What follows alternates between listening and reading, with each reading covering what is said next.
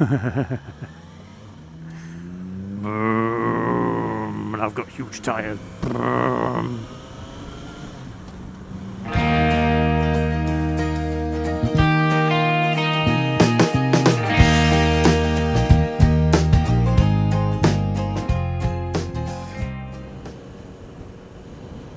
Good morning everybody, Calm Biker here.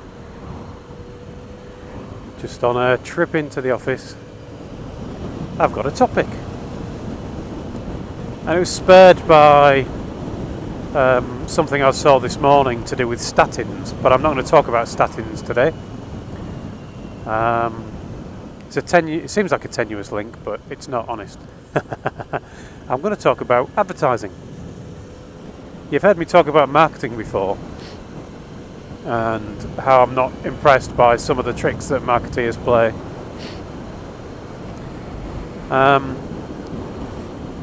Well, the thing about statins this morning reminded me of how advertising seems to have evolved. I mean, advertising obviously is an important thing. You know, if you've got a product, you want people to know about it and hopefully to buy it. But it's evolved in some strange ways. So if we go back to the beginning of advertising, and I'm thinking really kind of TV, radio maybe, posters, that kind of thing, but mainly around TV. It started off being quite honest, really. You know, buy our washing powder, it gets your clothes clean. Buy this TV, you'll be able to watch TV programs. That's back when there wasn't a huge amount of competition. Advertising wasn't particularly sophisticated. But I do like the honesty of it.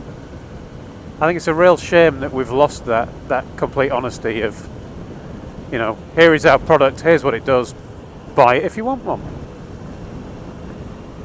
And that kind of moved on, didn't it? It's, I mean, the advertisers got more sophisticated, but they started to tell lies or half-truths. And one I'm reminded of, and I didn't know where it came from. Now, I don't know if I've mentioned it before, but I'm a bit of a bird lover, both from the wild bird side of things, the old RSPB and what have you. I also like pet birds. I have a budgerigar, and I've had budgies for quite a long time. So we have almost permanently a bird flying around our house, as free as a bird can be when it's flying around a house. It does have a cage, but she's very rarely in the cage, usually just flying around, doing what she wants to do, goes in the cage overnight. Keep her safe. And the advertising thing that I'm reminded of with budgerigars, which is where the person involved knew they were lying. But it was an advert for budgie food. Now, budgie food is pretty much budgie food. It's grass seed and millet and a few other little seeds mixed in, because budgies don't have a particularly varied diet when it comes to the main stuff. You know, you buy your seed, you give them some bits of fruit and veg as well, things to gnaw and all that kind of stuff. But the main seed is the thing that is marketed to the budgie owner. You don't market apples on the idea that you're selling them to people who own budgies.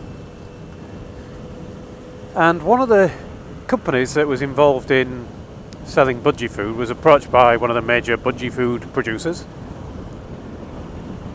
and they put somebody in charge of selling more budgie food, because the producer had realised they'd really hit the limit. There was a certain number of budgies, they all ate the same food, so they couldn't really sell anymore, so they needed a new campaign. And one of the people who was involved with it was a certain Murray Walker, the Formula One commentator and motorsport commentator in general, who, if you read his autobiography, you'll know used to be an advertising man or a marketeer or whatever you want to call it at one of the big ad agencies. So he came up with what I would call a lie, what he might call a half-truth. It depends how close you are to it and how responsible you feel, I suppose. But he talks about it in his autobiography, so clearly he's not too worried about it. But they came up with the lie from a completely advertising point of view that if you keep a budgie on its own, it gets lonely. Now that just isn't true. It gets lonely if you keep a budgie on its own in a cage and you go out to work all day and you don't talk to it. Well, then you've bought the wrong pet, because they're really intelligent animals and they need lots of attention. But they don't get lonely just because they're in a cage by themselves. But if you get that message out there, and people who own budgies believe it, and they do, they still believe it now, 50 years on or however many years on it is, people still believe that this is a fact, but it's actually an advertising thing. Then they buy a second budgie. And what better way is there of selling more budgie food than making sure there are more budgies? Now this brings you on to other advertising and marketing tricks. Like people have probably heard of the phrase razors sell razor blades. And that's the idea that you basically give away products. You go and buy a razor from the shop, they're next to nothing. Sometimes you can get them for almost free, but the razor blades are really expensive. Now razor blades are so expensive that a lot of people wouldn't buy them if you had to buy them at that price with a razor. But if you can sell the razor and put disposable blades on it, then you've got people stuck into that particular brand and they will continue to buy the blades. So that's another one of the ways that it's kind of moved on. But the final evolution, now this is where the statins come in, but I'm not going to talk about statins right now, and that's because I might want to talk about statins in a future video. But you might see the link now. I'm going to talk about MOTs on motorbikes. So this isn't really advertising anymore, but it's happening for MOTs on motorbikes, and it's happening for statins, and it's happening for lots of drugs and lots of other products. So now the companies have decided, if you can't sell your product with honest advertising because people don't need it or want it, and you can't sell it with dishonest advertising because there's too much competition maybe, or just because, again, people aren't convinced by your advertising, it's far more cost effective to try and force people to buy your product. Now you can't force people to buy your product by going around them all individually or by putting adverts on the TV or any of that stuff. So how do you do it? And it turns out the way you do it is you approach a government,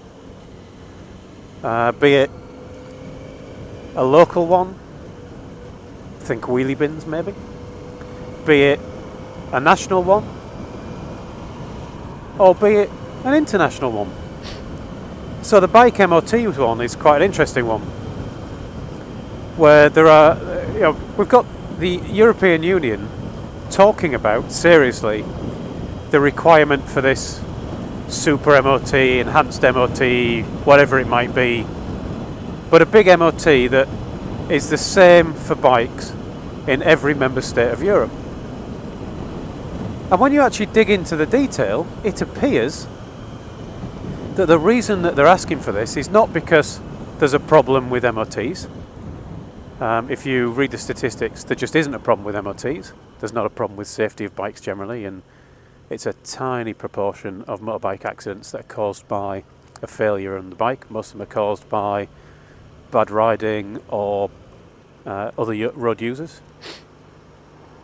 So it's not that, it's not for your safety. It turns out that there is a company that makes the machines that will be required to do the super MOT. And these machines are really, really expensive. Tens of thousands of pounds. And in order to do an MOT right now, MOT, by the way, if you're watching internationally, is the safety check of your bike or your car. Once your car or your bike is 3 years old, it has to go through a certain set of checks to make sure it's safe, and it's safe for anybody you might hit. So things on a car like rusty areas that might go sharp, that if you got somebody in a minor accident and clipped somebody, what would be a bruise would turn into severed artery. It's that kind of thing. So safety for everybody. It's a good thing. But yeah, so you would need this £50,000 machine or £60,000 machine in order to do this super MOT. You don't need it right now. And because you don't need it, companies that do MOTs are not buying it. So the companies that are making these machines, so I'm led to believe, are lobbying the EU to change the MOT to this super MOT business. And once you've got your super MOT, you need this machine. And that's the way you force people to buy your product. So that's kind of the evolution of advertising, really. Start honest. When that doesn't work, be dishonest. When that doesn't work, try and force your products down people's necks by legislating or by lobbying governments to legislate. Makes you wonder what will be next. Maybe implants for children as soon as you're born. Let me know what you think in the comments, everyone. Thank you for watching. Ride safe. Tell me about your advanced science fiction, Logan's Run style advertising ideas for the future. I might have to delete the comments if they're too scary. Becomes all a bit Soylent Green. How about that? 2 film references in 2 sentences. Not bad, eh? Thanks for watching. Ride safe. And I'll talk to you all again soon. One last bit. Something I don't understand at all. Maybe there's a reason for it that I haven't heard about because I'm quite new to this biking malarkey. But can anyone tell me why in the UK there is no advertising whatsoever for motorbikes in the mainstream media?